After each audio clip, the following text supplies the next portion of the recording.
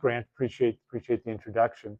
Yeah, like he said, I'm Tom Mowell. I am right now in what they call an independent scholar, I guess. I run a editing and academic coaching business up in Divide at the moment. But I wanted to thank Rocky Mountain Military Affairs Society for inviting me here. This is, I will warn you, my first opportunity to give a talk based on this book. So you are, yes. Always at the cutting edge. Yes. This will either be absolutely amazing or it will be something that I'll revise and work on and do that. But yeah, this is based on my book, Chaos in the Green Zone, My Time as Iraq War Strategist, which is coming out on April 14th. It is available for pre-order on all your favorite and all your not favorite websites that you might wish to go to. And I have now scheduled a book launch party for April 14th at Ivy Wild at 6 o'clock. So you may see that somewhere, but if you wish to get a copy of the book at that point, and I can sign it and all that kind of stuff. I can autograph it, exactly, and if I know who you are, I can personalize it, and if I don't, you can tell me who you are. But what I'm presenting here today is not, because this is a military affairs group and kind of a history-oriented group, I'm going to be presenting on the lessons I draw from my time more than the book narrative itself. Now, I'm happy to ask questions. I'm hopefully going to leave time for questions that you can ask afterwards about how I did the book and things like that. And I'll talk a little bit about that as I go along. A couple of warnings, though. I have not talked about Iraq in public in a very long time. When I came back from Iraq, one of my colleagues, Darren Jackson, referred to me as Edgy Tom at that point, because apparently I would talk like this very quickly and very much in a monotone, and people could not understand what I was saying and all of that. I hope I do not do that. If I do that, throw something at me. They'll probably snap me out of it. There's no young people here. I will. It is all relative. That's a good point. I am going to try very much not to drop into the kind of language you use when you're deployed in a wartime headquarters. I will try. I will make no promises or anything like that. So, with no further ado, I'm writing this book as an insider and an outsider. I deployed to Baghdad in 2004. So I was there in the strategy office, in the policy office, basically framing the commander's understanding of what was going on, what was important, what ought to happen, how to understand events, and all that kind of stuff. So this is the book itself, and I guess I wasn't going to talk about the book, but I'm talking a little bit about it at this point, is, it's not lots of interviews with a whole lot of people and all of this and comprehensive history of everything. This is my perspective based on the journal I kept while I was there, along with getting back with colleagues that I had there, some news reports to fill in some of the details. So it's very much as an insider, but it's also as an outsider in a whole lot of ways. Like, look at this. Does that look like someone who is ready to deploy to a war? I don't think so. At least I think this is in Qatar. This is on the way there. We landed a little before midnight, unloaded all of our bags. Little sign there says Baghdad baggage, and waited for a C-130 because I was there on a drug deal with the commander. Is why I was there. He had asked for some volunteers from the Air Force Academy and other places to go to supplement the strategy office, and I volunteered. Which is a foolish thing to do for those who use military experience, but nevertheless, that's what I did. I volunteered to go to war. But I was very much an outsider because I was an Air Force acquisition officer. I did not know much of anything about conducting a war. I didn't conduct wars. And people would ask me when there's a war going on in Panama or in Grenada, well, not Grenada, this was before my time, but in Kosovo or in Bosnia, hey, Tom, are you going to go to the war? Like, no, things had to be really messed up if I'm actually involved in a war. And here I am. So I don't have any operational experience. I didn't fly. I wasn't even an intelligence officer. But I was an academic, which makes me also an outsider to this kind of stuff, because as an academic, I'm a political scientist. That's okay. My specialties were Latin America. And more recently, I've been specializing in the NATO-European Union-US relationship. Not very well related to what we're doing here. And to top that all off, I wasn't exactly a hotshot military officer ready for the top. I had been recently passed over for lieutenant colonel for the second time. And so I basically was going because I volunteered to do this. And I volunteered in part because I thought, well, maybe this is a way to rejuvenate my career. A sense of duty. Like I've been in acquisition officer. You don't feel like you're really in the military in acquisition. I've been teaching at the Air Force Academy. You really don't feel like you're in the military when you're teaching at the Air Force Academy. So here's a chance to really do something that was going to be military. It should be fairly safe. I'm at a headquarters unit. You know what? How bad could it possibly be? I was not there because I supported the war. I do want to make that clear. This isn't the place to talk about like what I thought was messed up about the war, but just in brief, it messed up our relationships with our allies. It distracted us from Afghanistan. It wasn't planned out very well. It wasn't really legal in that sense. But nevertheless, we're in a war, and I'm an American. I'm a serviceman. I ought to go to a war and try to have it turn out better than it might otherwise do. If I can do that, if people think I'm worth going there, I'm going to go do that. So that's what I did. I volunteered to do those kinds of things. So this book is based on my own experiences. It also has the advantages as an outsider, as a twice passed over major, that I'm not here to justify anything in particular. A lot of books that are written about the Iraq War are either by journalists who come in, they interview a whole bunch of people, and they don't really know a whole lot on their own. They're just repeating what they've been told. Or they're written by senior people whose concluding chapter is more or less tends to be, if only you had listened to me, everything would have been fine. My book's not like that. Okay, it's not like that. This is very raw. This is very honest. This is very open. So let me set the scene for where we were. This was about 10 minutes after I landed in Baghdad International Airport. See, I'm believing this is all going to be super safe because after all, we're winning the war. That's what they're saying in the news. Everything is all perfectly fine.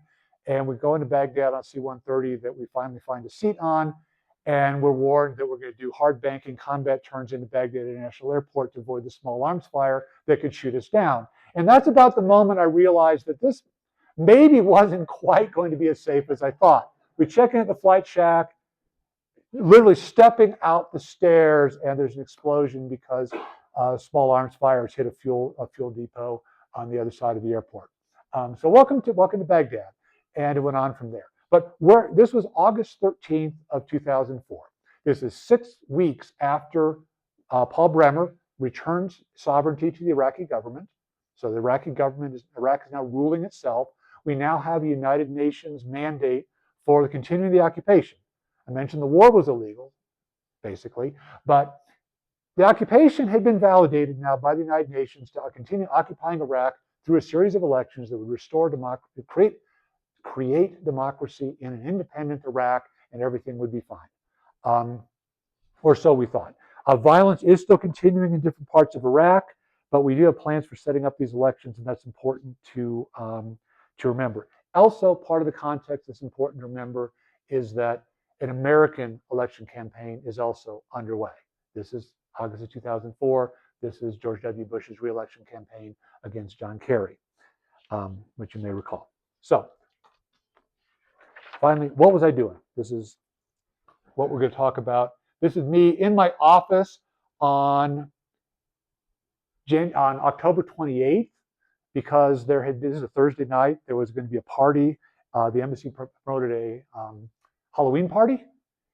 And of course, everybody knew about it, including all the bad guys. So about 50 minutes after it started, we were prohibited from going, but we took a whole lot of indirect fire, and they found a bunch of unexplored ordnance fairly close to my trailer. So they evacuated everything. And so we're all hanging out, having a big party in our offices, sleeping on cots for that night. It was a great time. It was one of the best nights I had actually in Iraq. It was a lot of fun. When I was stationed there, the first thing I was assigned to was the policy division, and there I worked on militia disarmament. Basically, how are we going to reintegrate the various independent militias in Iraq, and they're going to disarm their weapons, and they're going to get training into doing something else. After about 3 weeks of doing that, I was reassigned over to the strategy office, where my primary duty was to develop a model for how the first Iraqi election was going to turn out and what that was going to mean for the future of American forces in Iraq. I was, as you'll see as I go through the talk, distracted and doing a whole number of things. That's kind of the through line of the work.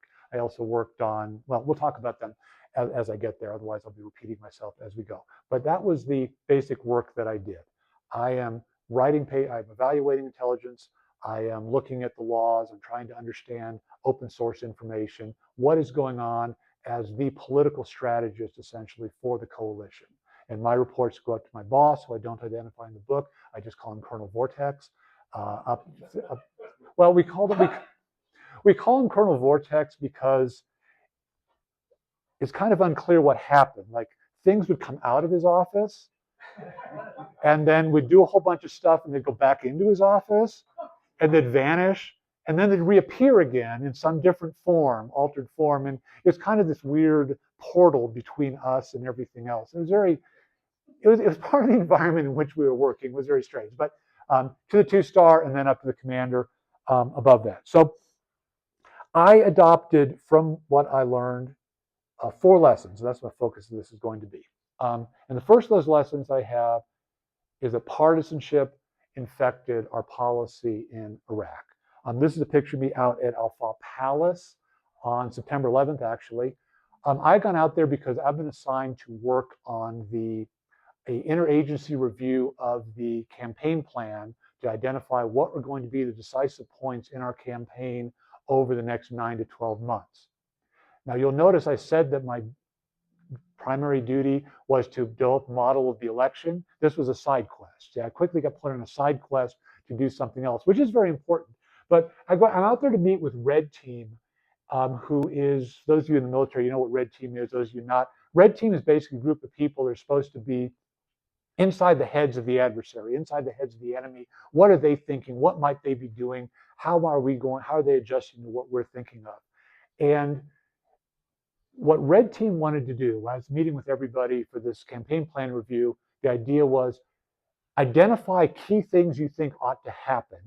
The process basically of this is things that might contribute to our victory or not contribute to our victory, depending whether they happen. And then we're going to string them all together in this big spaghetti chart of what could influence what. If this happens, makes this more likely. If this doesn't happen, makes this more likely. And all these complicated things to get disentangled, which I do not have a copy of because that one was classified, and so I don't have any copies of whatever that was. It was a very fascinating little chart. Red Team's contribution was they wanted us to put the re-election of George W. Bush as a key point in our campaign.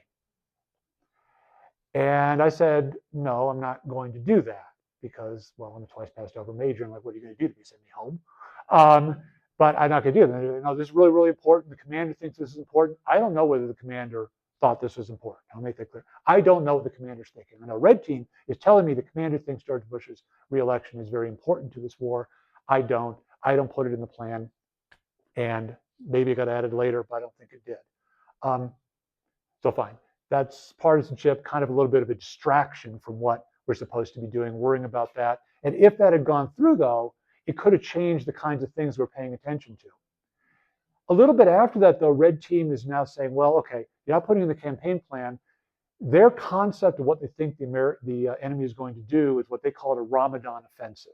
This is a very creative riff on the Tet Offensive from Vietnam, which was seen as a way of turning American public opinion against the war and such and such. But their endpoint of the Ramadan Offensive, their purpose that they saw for it, was that the enemy wanted to make sure George W. Bush would not get reelected. So therefore, they were going to do things that would make him less popular, that would then encourage him to lose the election, which would apparently cause the enemy to win. I didn't really quite follow that line of thinking.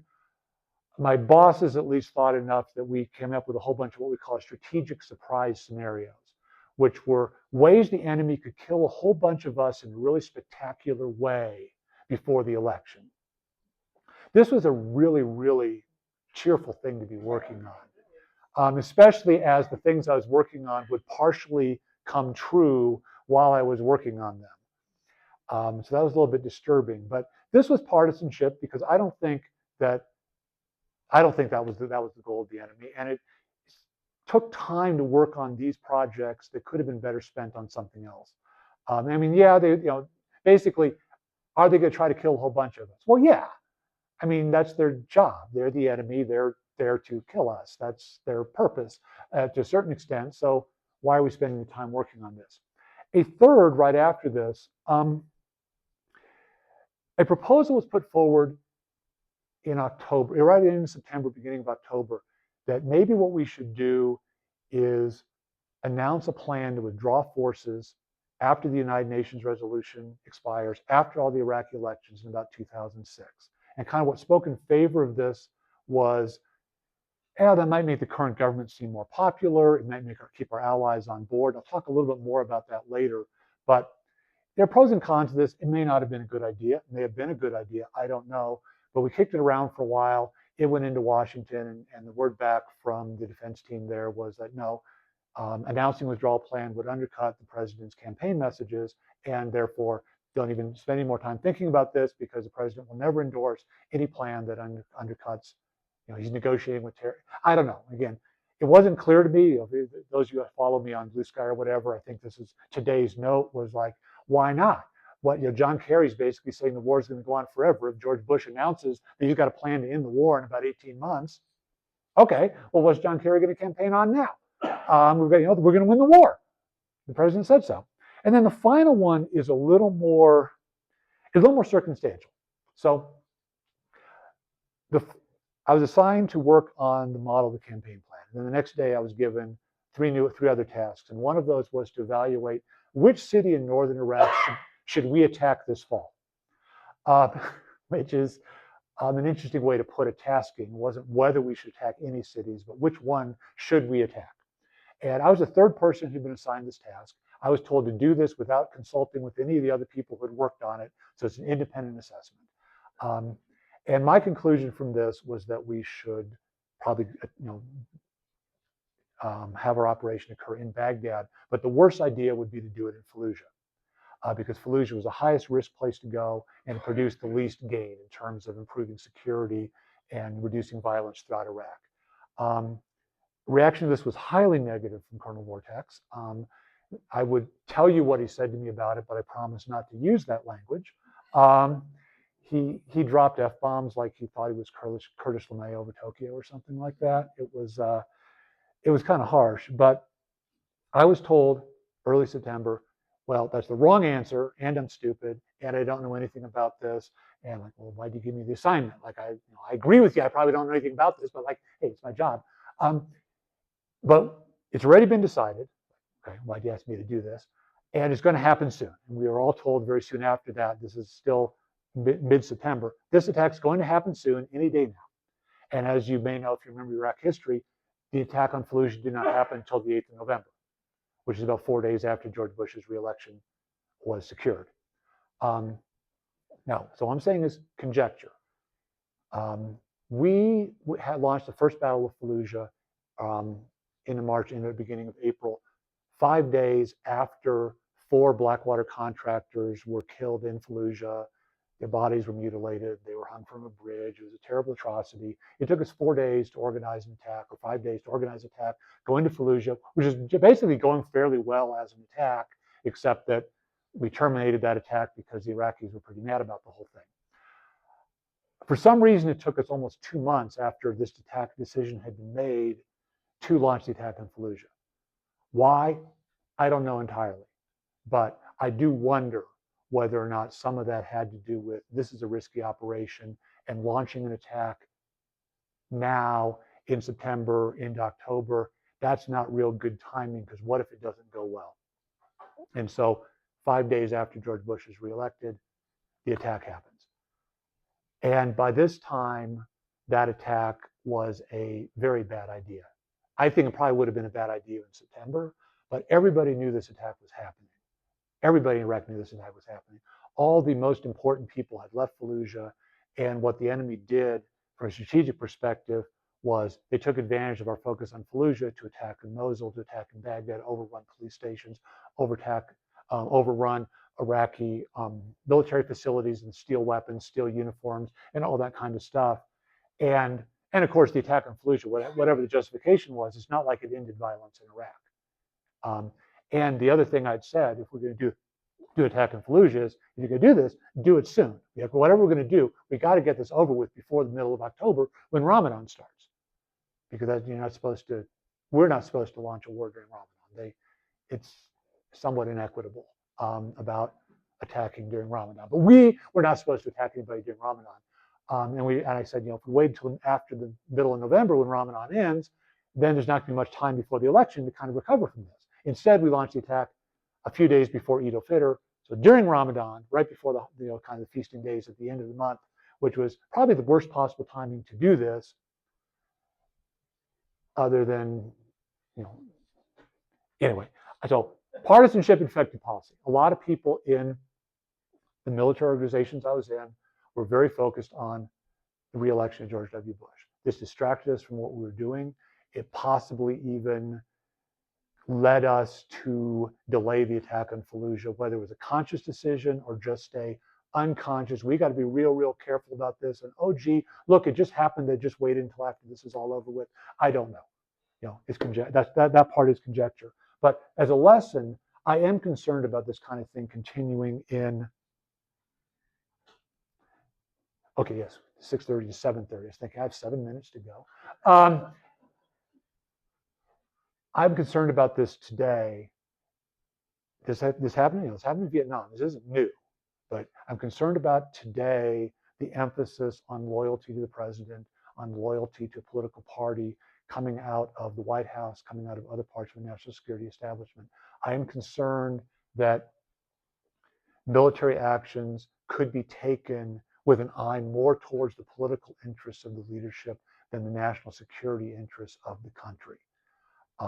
I'm concerned that if that becomes explicit, that we'll talk about this in a later lesson a little bit, but if it becomes clear that you don't have a route to promotion if you're not a, use the party name, if you're not a Republican, if you're not MAGA, whatever it might happen to be. And again, all this stuff may go away in a few years, but if that becomes the trend, then people who are not like that aren't going to want to join the military. And it becomes self-fulfilling and self-reinforcing. But at some point, we risk becoming like the kind of militaries that we used to fight, because this kind of political angle was what afflicted the Soviet military. Still affects the Russian military, which isn't really very good. They're big, and they're certainly willing to die, but they're big. They affected the Iraqi military. Political loyalty is not necessarily going to get you the best national security thought and the best national security strategy. Now, I'm somewhat hopeful. I'm hearing that the chairman of Joint Chiefs of Staff is raising a bunch of questions about whether or not this war in Iran that's probably going to happen is really actually a good idea. And I'm glad to hear that. And I'm glad to hear he still has his job. And I hope he still has his job. But I am worried about that kind of thing. Partisanship has no place in military strategy. Political decision to go to war, absolutely. But if we're like deciding what to do during the war, I don't think that's where that belongs. So that's one lesson that I drew from that. Second, and I've kind of referred to this a little bit obliquely already, is that the urgent kept overwhelming the important. And this is usually described as you're just fighting the current fire. And this is, in fact, a fire in the Republican Palace in late August.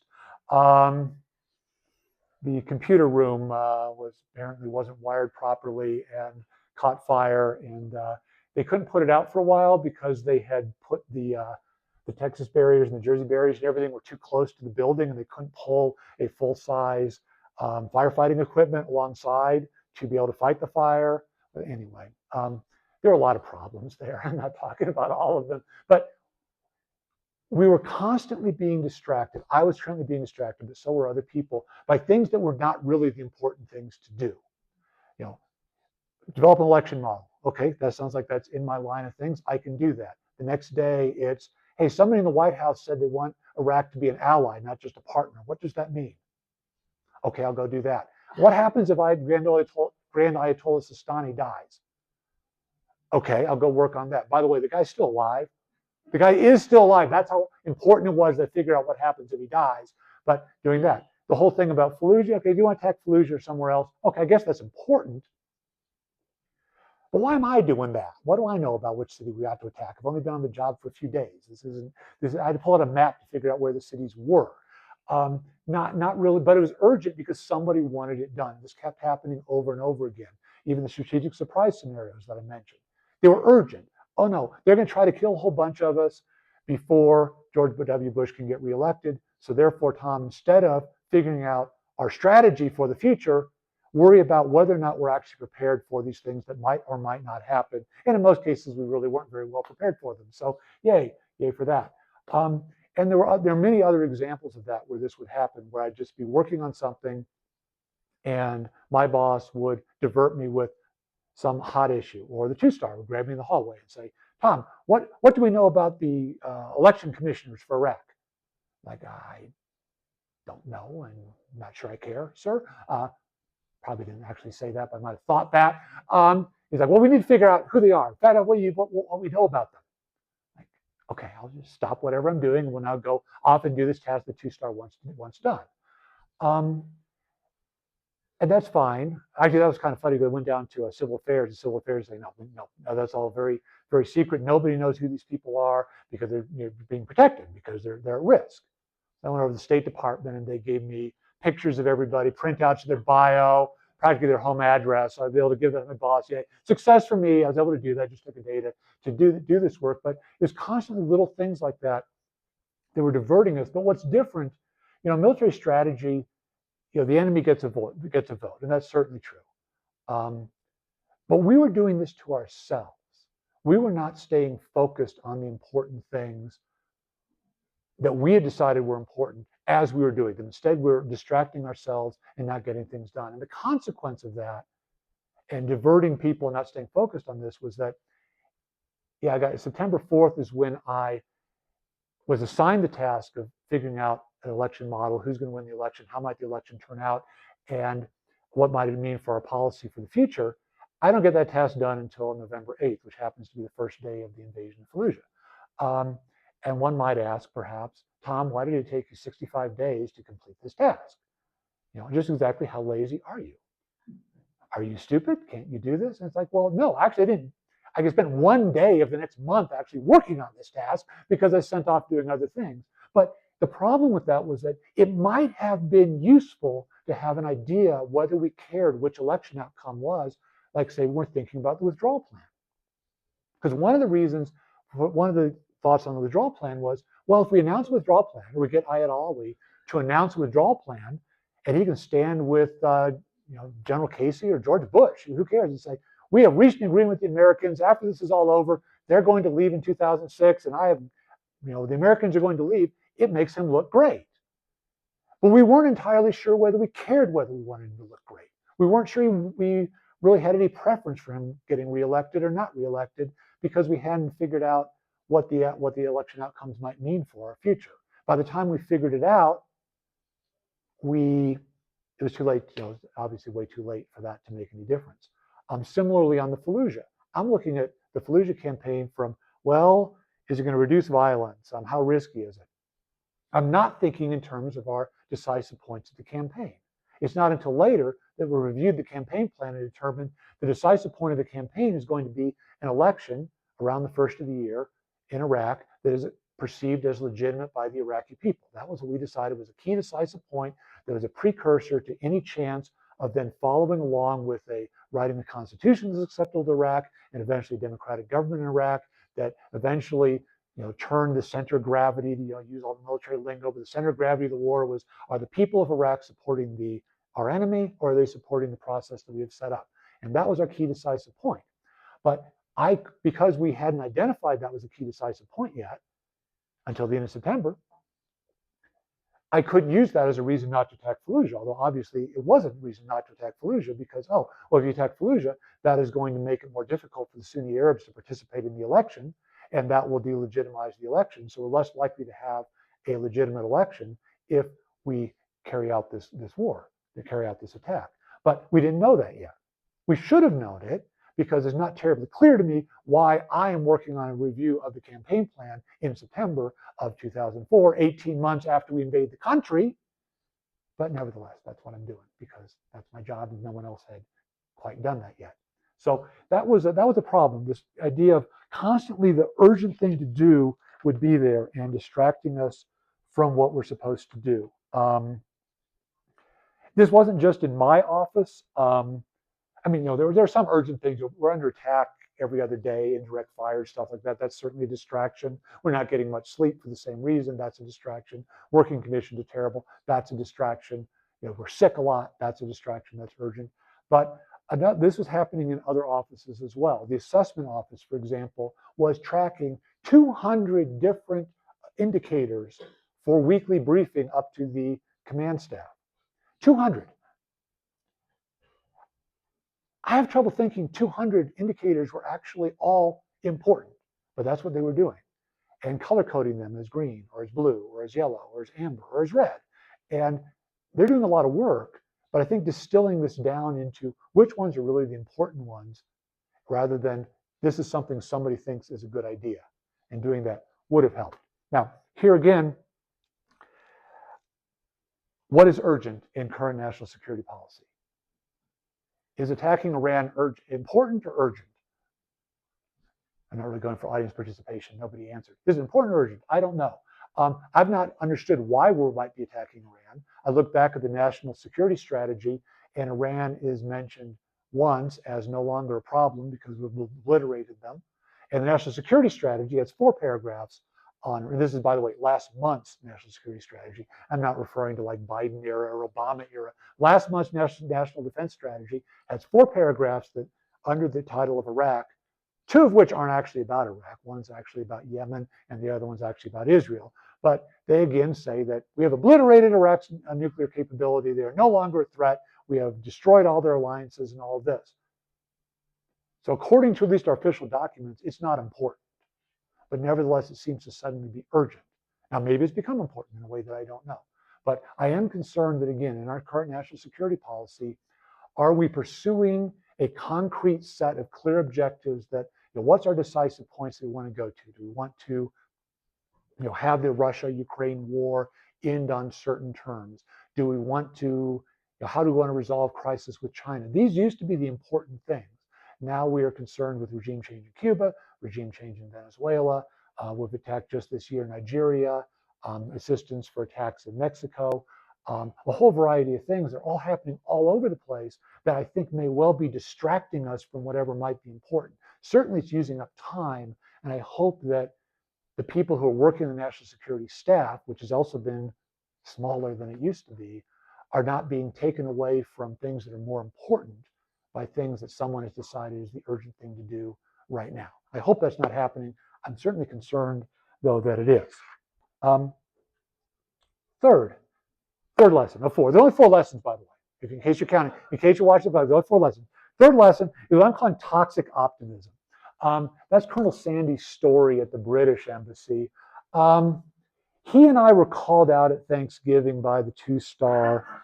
We had a little get together, everybody out there in the parade grounds, took a little holiday, went to the Tomb of the Unknown Soldier, which is a really weird thing to do in a country that you're at war with. Like, I'm not actually all that interested. I don't understand what's going on here. I don't read the language. Why am I going by monuments to soldiers of a country that I'm occupying? I don't know.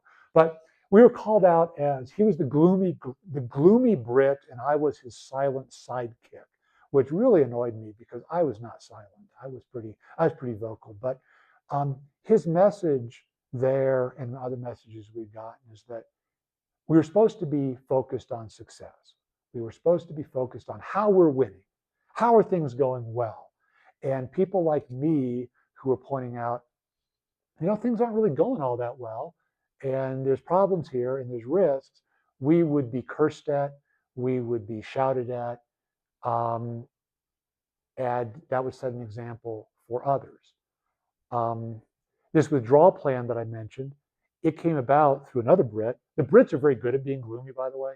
The Brits are not Americans. They have a more realistic view, perhaps, on likely outcomes, in my opinion. But was basically Simon's take on this was, we are a goal down in injury time. Now, how many of you know what that means? See, that's the problem with Brits. They talk soccer. What that means is that, how about we need to pull the goalie in the last few minutes of the game or something like that. That might mean more to Americans. The idea was, we're already losing. We need to take desperate risks or we are going to lose this war. This wouldn't resonate with Americans very well. Some of the arguments on the withdrawal plan was,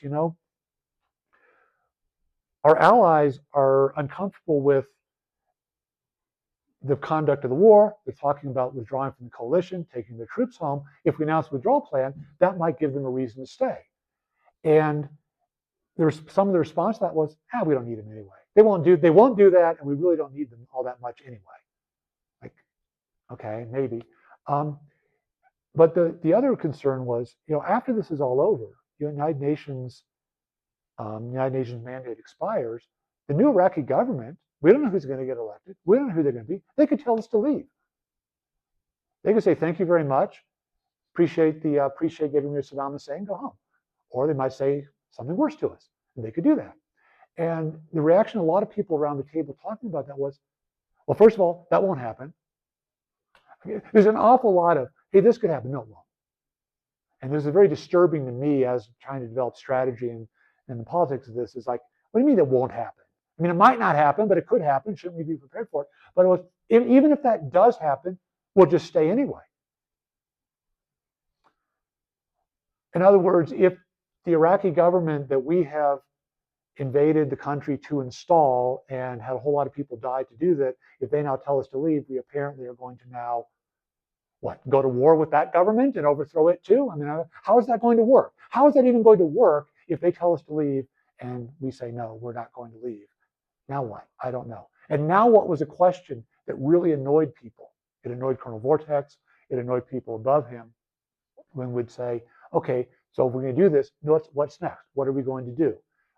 Before Fallujah, remember, which city are we going to attack? Oh, it's going to be Fallujah. It's going to happen soon. In September, instead, we attacked Samarra, which was kind of a surprise because, I mean, it's good. Yeah, we attacked Samarra, not Fallujah. No, we're still going to attack Fallujah. We just decided to, again, divert from the important thing of attacking Fallujah, and we're going to go attack Samarra because, I don't know. It wasn't really my issue exactly, but one of my colleagues that recently arrived from Air Command Staff College, he went to my boss's office. He's like, okay, so now what? What's the point? What are we going to do now?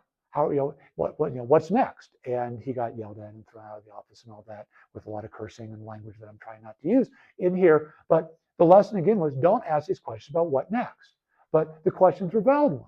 What's the purpose of going into Samarra? Yeah, there's some bad guys in Samarra. The bad guys all over the place. We go into Samarra, we go kill a few of them, and then we leave. Okay, now what? Now what are we going to do? Everything was happening without a clear plan for what good it was going to do. The specific concern that led to Colonel Story and I being called gloomy was the polling that I was reviewing. It was public opinion polling in Iraq, believe it or not. I'm not sure it was very accurate, but it's all I had to work with, and I'm desperate. And the opinion polling was showing that even before Fallujah, and even before some other things we did, the Sunni Arab plans to vote were far lower than the Shia Arabs and the Kurds, which make up about 80% of Iraq. And this is a problem for our plans in Iraq, because if the Sunni Arabs weren't going to vote, they weren't going to be regarding the outcome of the election as legitimate, and that's going to have a whole lot of bad effects down the road. And I'm concerned that we're making this worse, because again, we're doing this urgent versus important. We have agreed by this time that it's very important that the Sunni Arabs participate in the democratic process. We come to this conclusion as we are still fighting in Fallujah. We determine, which is a Sunni Arab city. Sorry, I'm assuming a lot of knowledge. I apologize for that. Fallujah is a Sunni Arab city. And the refugees from Fallujah are pouring into Baghdad during Eid, and everybody is sitting at home during Eid watching TV, and everything that's on TV in Iraq is how the Americans are killing everybody in Fallujah and maybe using white phosphorus and executing people in mosques and all kinds of other things that's going on. And the optics of this, which is a weird thing to say, this is a war, right? What about the optics? Well, we care about the war, the optics, because the decisive point of the campaign is on the political side, not on the military side. We're not going to win this by fighting the people in Fallujah or Mosul or anywhere else, but by getting the Iraqi people to decide they support the process. And we were undermining this. But we've now decided, yes, this is important. And my last task is what we call the Sunni engagement strategy, which, as you might imagine, is a strategy for engaging with the Sunnis and get them involved. And the commanders agreeing that, yes, this is what we need to do. Basically, don't do anything that might cause problems. And yet we are still doing this. We have attacked the #1 Sunni mosque in Baghdad, North Baghdad, called Abu Hanifa, on Friday, during prayers and all of that, for no particular reason except it was sort of urgent. We heard there were weapons there. Yeah, I mean, Yes, this is Iraq. Every building has weapons in it. You don't attack a building just because it has weapons in it. And especially you don't particularly attack this building on that day at this moment. And again, for what purpose? Not clear, but it was sort of urgent. And we had now come up with the idea, and I'd spent some time running around the palace, and this is detailed in the book in what might be a very dramatic scene or might not be, that we had decided that we were going to arrest the leader of the Muslim Ulema Council, who's kind of the spokesperson for the Sunni Arabs. And they were a front group for our enemy. They were a front group for the jihadists. They were very cagey about resistance and violence and just how many people it was okay to kill and when to kill them and all that. And he was an annoying guy, I suppose. And we were going to go to his mosque, the Amal Marik Mosque, if I'm remembering that correctly, and arrest him. I'm like, why? What good is that going to do? Because you arrest this guy. It's like, there's not going to be another guy that's going to start speaking for the Muslim Ulema Council and you arrest everybody who speaks out for the Sunni Arabs. Is that the plan? But we were also going to, in some weird show of bipartisanship or something like that. I haven't talked about Muqtada al-Sadr yet for some reason. Muqtada al-Sadr is a Shia Arab leader who's not participating in the government. He's leading a bit of a local resistance to this. We've signed a ceasefire. Signed might be too strong a word. We've reached agreement with Sadr that he would stop shooting at us and we would stop shooting at him. He turned over a bunch of weapons, mostly old stuff that didn't work, and we now had the ability to engage in the northeastern quadrant of Baghdad and do sort of civil affairs work. And that was all great. It was kind of going much better, much more peaceful. And we decided, along with this raid on arresting Harith al-Dali, we were going to arrest two of Muqtada al-Sadr's lieutenants to break that ceasefire. Why? No idea. No idea. I mean, I'm sure they were bad people. I'm not going to say they were good people. They probably deserved to be arrested. They're probably criminals. But we're fighting a war that the purpose of this war is to have this election come off working well. And so I'm running around the palace trying to find somebody who's going to stop this kind of stuff. And they don't happen. And maybe that's my responsibility. Maybe it's not. I can't prove it. But I think I had a part in that. But that really annoyed my two-star because he tried to tell me, don't do this stuff. This is like above your, this is like really, really important stuff. And we shouldn't be talking about this.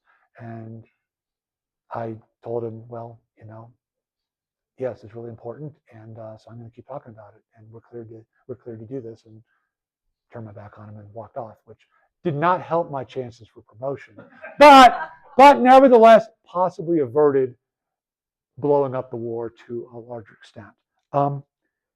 This toxic optimism led to one other thing that would happen. I think affected us in Afghanistan, which I haven't talked about either yet, which was because I knew people did not want to hear the worst case scenarios. They would just reject them. If I present the worst case scenarios to my boss, he's going to scream at me, he's going to use very nasty language with me, and he is not going to send that stuff forward. He's going to tell me to change it. So I can just sort of self-censor myself and say, well, the worst case scenario is this, but I'm going to pretend the worst case scenario is really over here. So the range of possibilities that I believe in is like this, and I'm kind of easing off a little bit because I know that's not acceptable. And I think he was doing the same thing and the same thing. By the time it gets up to the commander, much less the president, I think the range of options is much less than what the line people think it's going to be. I think that may well be what happened in Afghanistan. I don't think anybody in Afghanistan, when they're thinking about, well, if we pull out of Afghanistan, how long is the government going to hold out? After the Soviets left, it was almost 3 years. I used that in the withdrawal example, by the way. We pulled out, the Soviets survived. I didn't use that because I figured that'd be not acceptable to compare to the Soviet army pulling out of Afghanistan. But it was a good comparable case. How long is the government going to last? I don't know. I don't think anybody had the guts, even if they thought about it, to say, you know what I think is going to happen? I think while we're in the middle of the evacuation, the president of Afghanistan is going to grab a bunch of cash and fly off to the Emirates. That's what I think is going to happen. Because that is what happened. And probably, maybe somebody thought of it, but I bet that possibility never made it to President Biden. Or probably the general officers. Like, a few days, a few weeks. I don't know what the worst case was. But here again, I'm concerned about the toxic optimism that success leads to success. And hey, we shot down Soleimani in Iran under Trump's first term, I think it was. Nothing too bad happened. I mean, a whole bunch of troops got hurt in Iraq, but apparently that was okay. Kidnapped the leader of Venezuela. Turned out okay. I guess, so far, or something like that. And now we might attack Iran. Again, we attacked Iran a few months ago. Kind of turned out okay, I guess. But I'm concerned that there's not a lot of what next being asked. And the more that success breeds success or success breeds overconfidence. And I'm certainly concerned that at some point we are going to see a policy that does not turn out as we hope it will because we are not willing to consider the negative outcomes. Again, I'm encouraged by Dan Kane and raising concerns about, do we really want to use up all of our weapons on Iran, given that we destroyed and obliterated all their capabilities anyway? Maybe we might want to keep some of those for the future. But a response I also saw from the Defense Department was, we have every weapon we possibly need for any contingency, no matter how long it would last. There's an actual statement from the Department of Defense spokesperson that I saw yesterday. That's a lie. I mean, that has to be a lie. We cannot possibly have all the weapons we need for anything we might possibly ever want to do forever. But nevertheless, if that kind of thing is being said, I hope that's not being believed internally, because that would be a bit of a problem. Now, most controversial thing I have to talk about is lack of diversity as my fourth lesson. Now, all the things I've been aiming at are kind of trying to drill down to the real cause. Like, we're paying attention to the wrong things. Why? Because we're worried about partisanship. We aren't getting things done very quickly. Okay, that's not really a lesson. Why? Because we're paying attention to urgent things instead of the important things. We are not anticipating the bad outcomes that could happen. Why? Well, because we have this bias towards optimism and opposition to negativity that's stopping us from looking at this. I didn't figure this out until the end. I wrote this book, started writing in 2014, kind of as Islamic State is now overrunning Iraq. All the things I was doing when I was there in 2004, they're happening again. Fallujah, Mosul, Samarra, Tikrit. I mean, it's actually worse than when I was there before. And I'm thinking, wow, I was there. I was working on this stuff. And it's worse now than it was then. Like, is this my fault? Like, what happened here exactly? How did this all come to pass? And I laid all the stuff out, and I'm still like, but why? Why did we do so badly? Because we did. We did. And I can answer a question about that later on, but we did. We did not do this very well. And part of it was we did not have any understanding or empathy for the enemy's point of view. We treated the enemy like what I guess the kids call non-player characters. We thought we would always be the focus of the war. So we assumed that what the Iraqis want to do is they want to influence our election, right? I mean, that's what they're all about. They care about the Iraq. Most Americans don't care about American elections. The Iraqis do not care about the American elections. And I don't think and it's not like John Kerry was campaigning on, I'm pulling all the troops out. He just said, I'll do it smarter than George W. Bush. Like, okay, I mean, maybe. His debate performance didn't suggest he really knew what was going on either, but that's okay. We did not understand what they were doing. If you've ever seen The Fog of War with the Earl Morris documentary about Robert McNamara, see it. It's fabulous. It's also something he brings up with Vietnam. I actually led a professional military education while I was in Iraq. Yes, another urgent distraction from what I was doing was I was assigned to develop a film screening of this. It's a good thing to do, but like, okay, sure, boss, I'll watch this movie over and over again and develop a lecture about it. That's at least in my skill set. Just as we didn't understand where the Vietnamese were coming from, and jump ahead to currently, do we understand what the Ukrainian perspective is? Do we understand the Russian perspective? I'm not sure we do. Not that we're at war with them, but we're trying to negotiate peace. We didn't understand the Iraqi perspective. I was running around trying to find any primary information I could. There was something called the Baghdad Mosquito that was open source intelligence translated, kind of like the early bird, but for Baghdad. Is very helpful. I would try to find Iraqis that I could talk to and get information. Sometimes I get yelled at for talking to Iraqis too much. But that was what I had to do. But I didn't really have any real on-the-ground understanding of this. And even if we had academic understanding, I don't think that would have helped much. But what I came to realize over time was everybody in the strategy office, with two exceptions I'll talk about, and one of them is visible here, we were all very highly educated white men who've been very successful in our careers. And we're all from countries that have been very geopolitically successful. There were some Brits. Brits are a pretty geopolitically successful country. There was a Dutch Marine working with us, also a pretty successful country, and all of that. Where anybody worked on counterinsurgency or anything like that, it's always on the side of opposing the insurgents.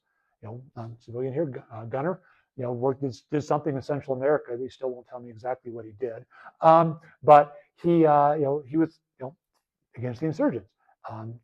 Colonel Story worked. He's stationed in Northern Ireland. Again, on the side of the government. He's fighting against insurgents. He doesn't have the insurgent's perspective. If we had an Irish officer, that might have mattered. This isn't about being white or something like that. If we had a Polish officer who had grown up under Soviet occupation, he might have been able to tell us, this is kind of what it's like when you've got an occupying army that's telling you what to do and all this, and this is how you might respond. Because I couldn't understand, why would the Sunni Arabs boycott this election? Why would they do this? Why wouldn't the Kurds and Shia Arabs make concessions to the Sunni Arabs after the election? I didn't understand the depth of the betrayal that they felt after being under the thumb of the Sunni Arabs for so many decades, and so many of their people being killed, chemical weapons, various massacres, their livelihood destroyed. I could not relate to that. So I'm coming in, it's like, well, yeah, but after the election, we'll all sort of make a deal and we'll all be friends.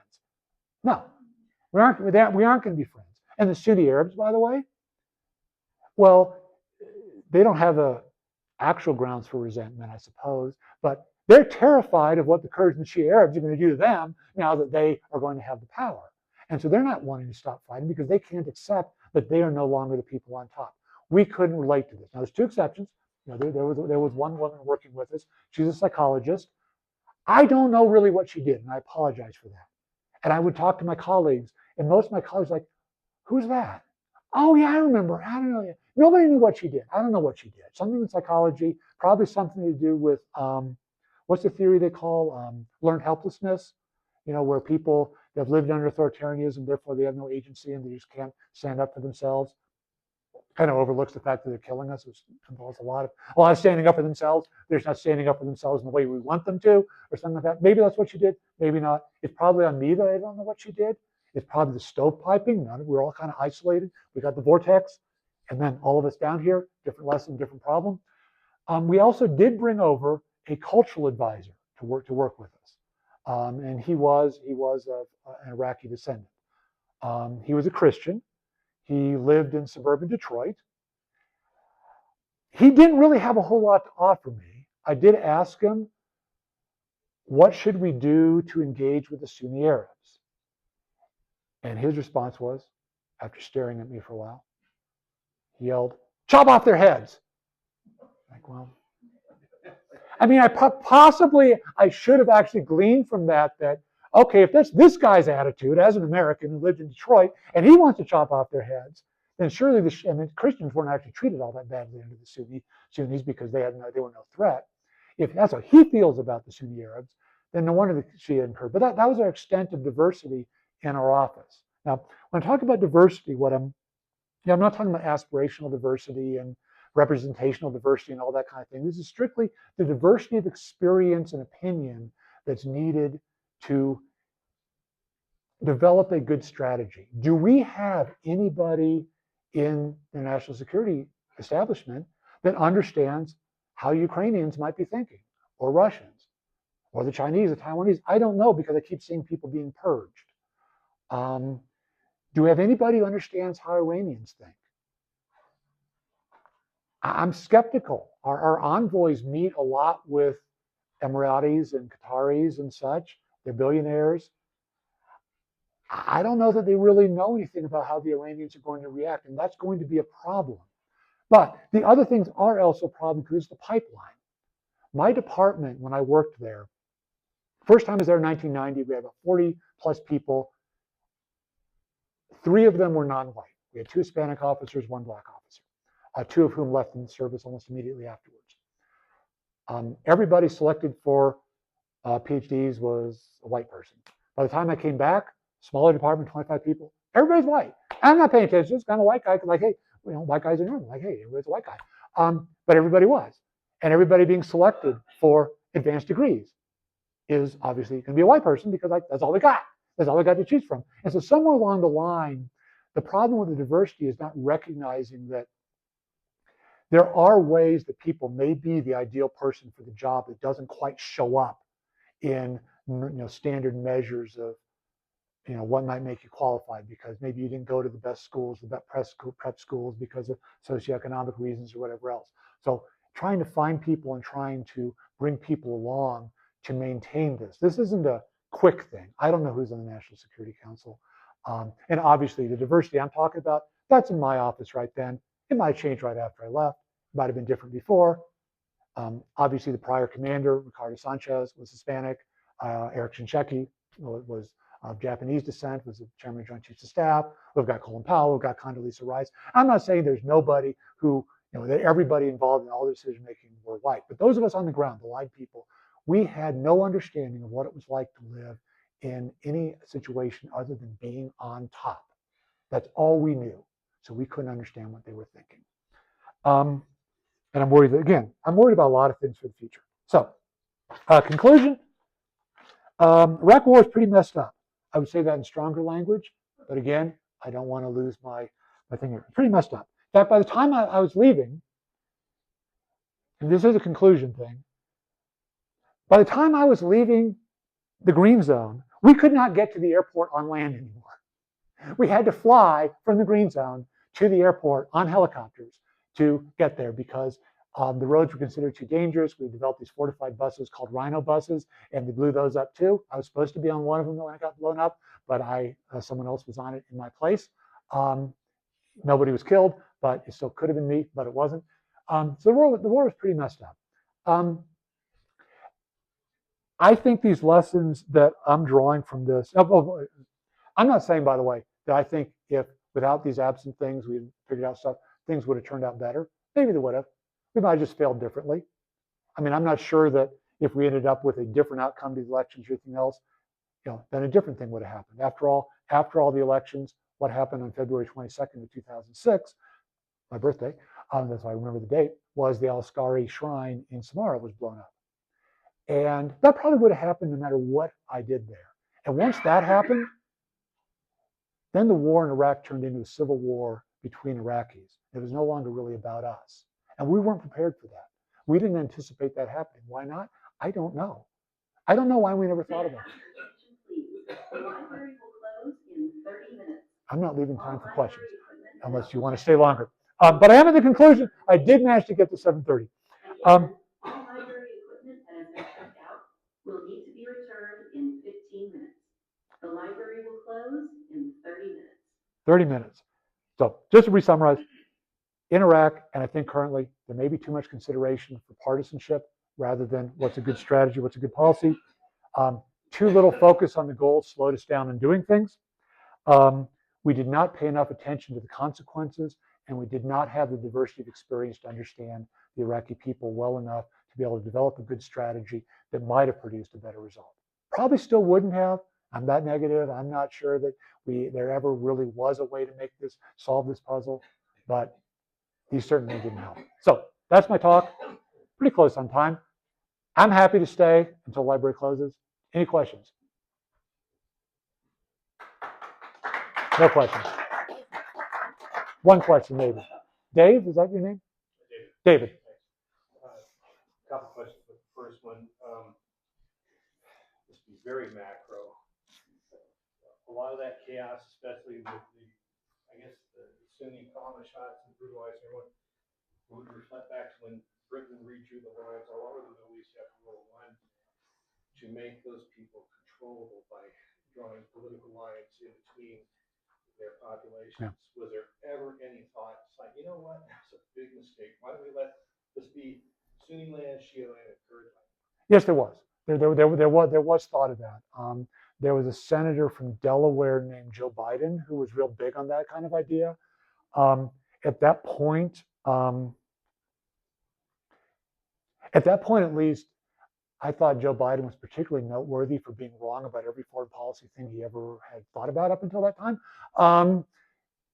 He has ideas in Bosnia and Balkans and other things like that. They're also pretty weird. So yes, there was thought about that. But our goals, so I didn't read this earlier. Our in-state goals, I think I have this, there it is. Our in-state goal, which by the way was classified at the time. Why our goals are classified was not clear to me unless we thought we might want to change them later and not admit these were our goals. But our goals were Iraq would be peaceful, united, stable, secure, well integrated in the international community, a full partner, or maybe ally, in the global war on terrorism, democratic, and an engine for regional economic growth. So when I say the Iraq war was a failure, by the way, I'm saying it's a failure based on we didn't meet those goals. I mean, Iraq is still united. But so That is so disconnected from the political and so historical momentum. splitting up Iraq would have been going against our in-state goals. But what I will say is, how do you make that divide? I mean, it's very rare. Czechoslovakia would be one example, but the only real example of a country peacefully splitting up, like a Soviet Union, kind of, sort of. Although I don't know, look at Ukraine now. But um, the peoples in Iraq were not separated enough and enough agreement to know where do you draw the boundaries. You had Kurdistan. The Kurds were like, yeah, we got Kurdistan. We're thrilled to have these 3 provinces. We also want Kirkuk and their oil. And we want a good chunk of Nineveh province around Mosul.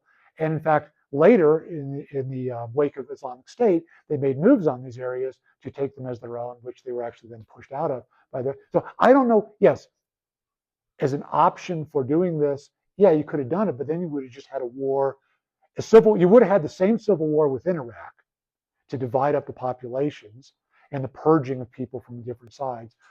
One area, this isn't really your question, but I take a different view on the surge that's so celebrated 2006, 2007.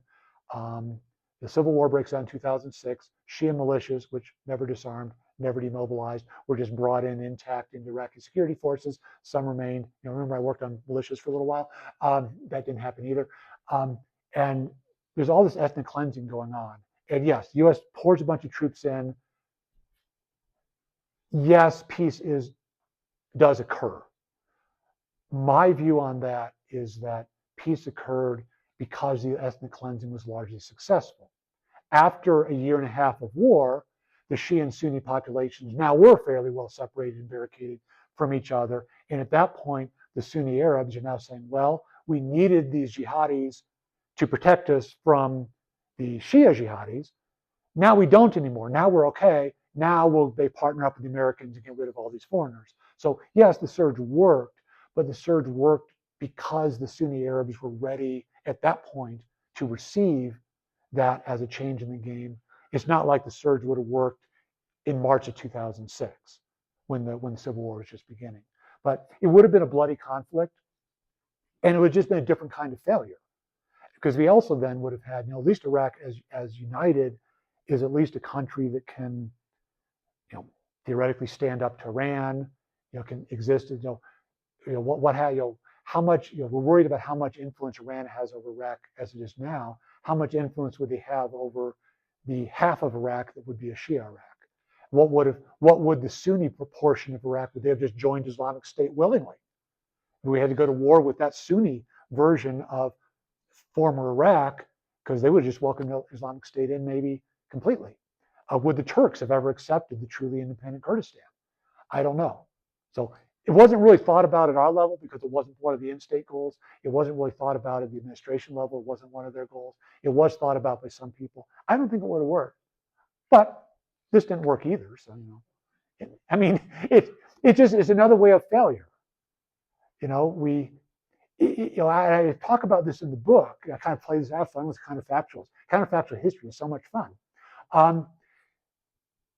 We only know that the Iraq War was a bad idea because we launched the Iraq War. Remember, it was supposed to be easy. We're going to be welcomed into Baghdad with roses, according to Ahmed Chalabi. And it's going to be no problem.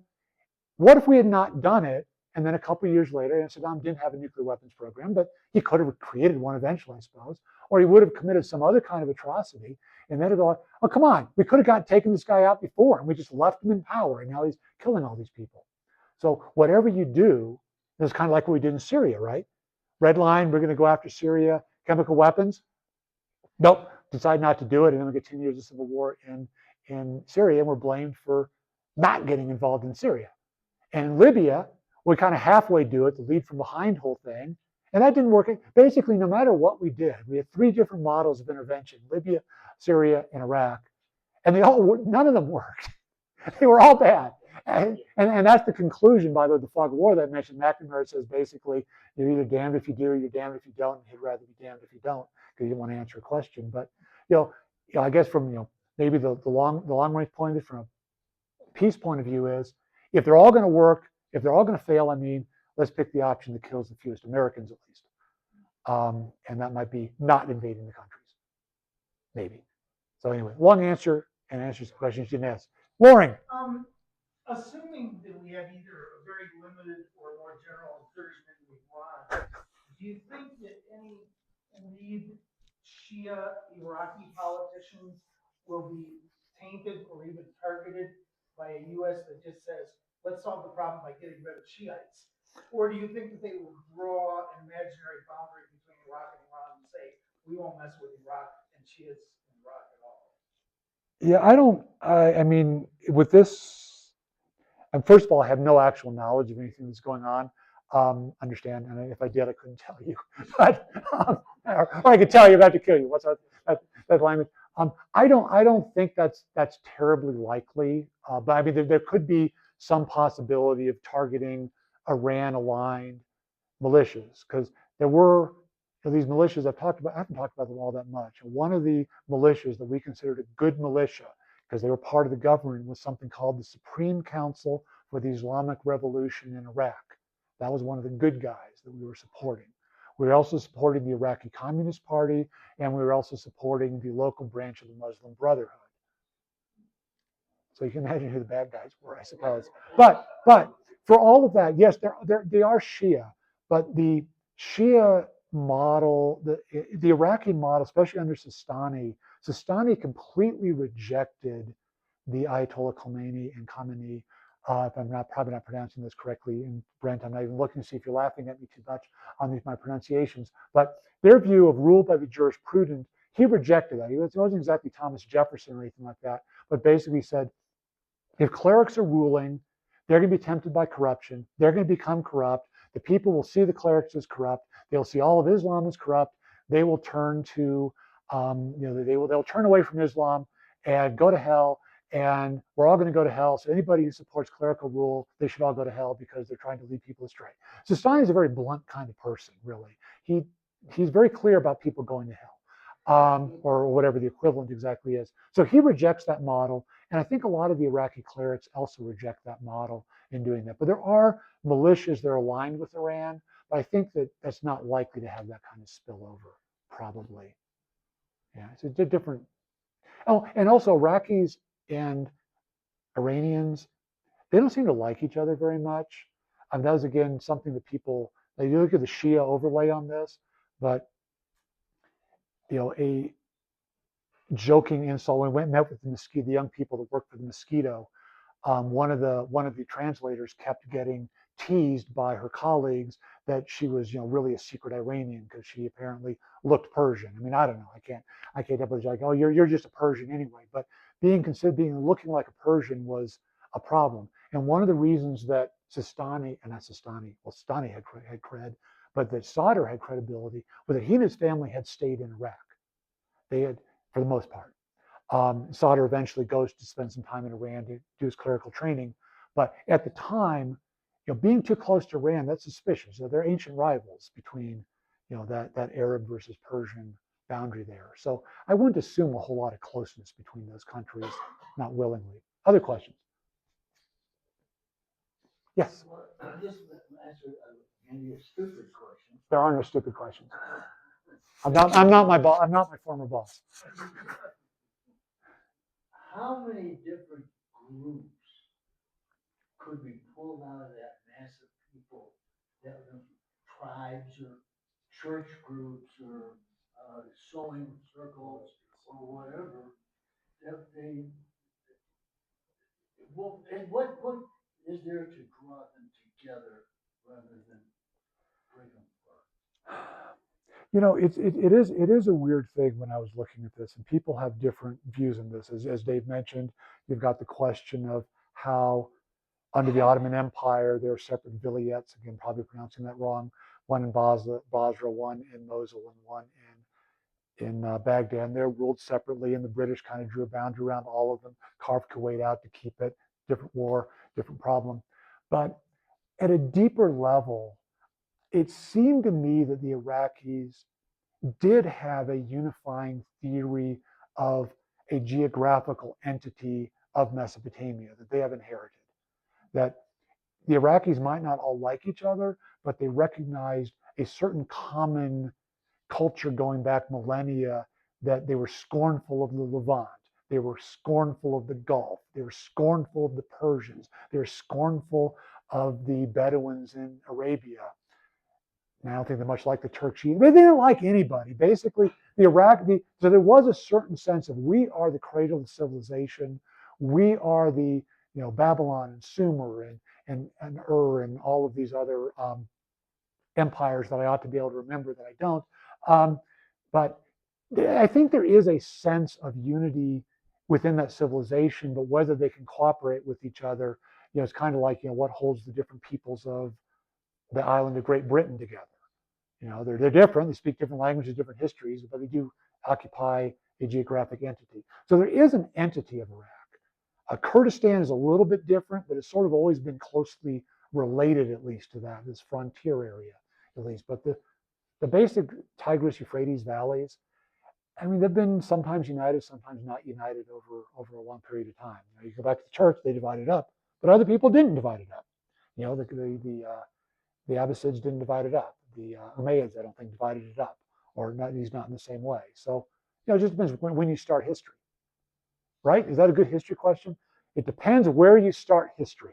Okay, good. I've learned a little bit of history. Yeah. Is there a possibility that it will break up? Well, like I said, Dave, I mean, it's always a possibility, but at this point, I don't think so. I don't think the Sunni Arabs have the strength to do it. It would require, if Islamic State had been successful, let's roll back to 2014. Islamic State has taken over all of northern Iraq. Let's say they'd gone a little bit further, been a little more successful, made it through Samarra into Baghdad, and the Baghdad government sues for peace. Maybe a partition could have happened at that point. Could that happen sometime in the future? I mean, anything's possible, but I don't think at this point the Sunni Arabs have that capability anymore to really force it to happen. And I don't think anybody's interested in making it happen. But I don't know. Again, all library equipment that has been checked out must be returned at this time. The library will close in 15 minutes. Delighted to keep answering questions, but they are going to throw us out soon. Any last question, or should we give this a close? Thank you for coming. Thank you for coming. I appreciate it. I also welcome any feedback you might have, especially once the camera's turned off and other people won't hear it. And again, the book's available April 14th. It's available for pre-order now. Launch party at Ivy Wild, 6 p.m. on the 14th. And I will be providing sodas and possibly cookies, maybe shaped like a rack if I can figure out how to do that. And then we could partition the cookies potentially in the library. Just one last reminder, our next meeting will be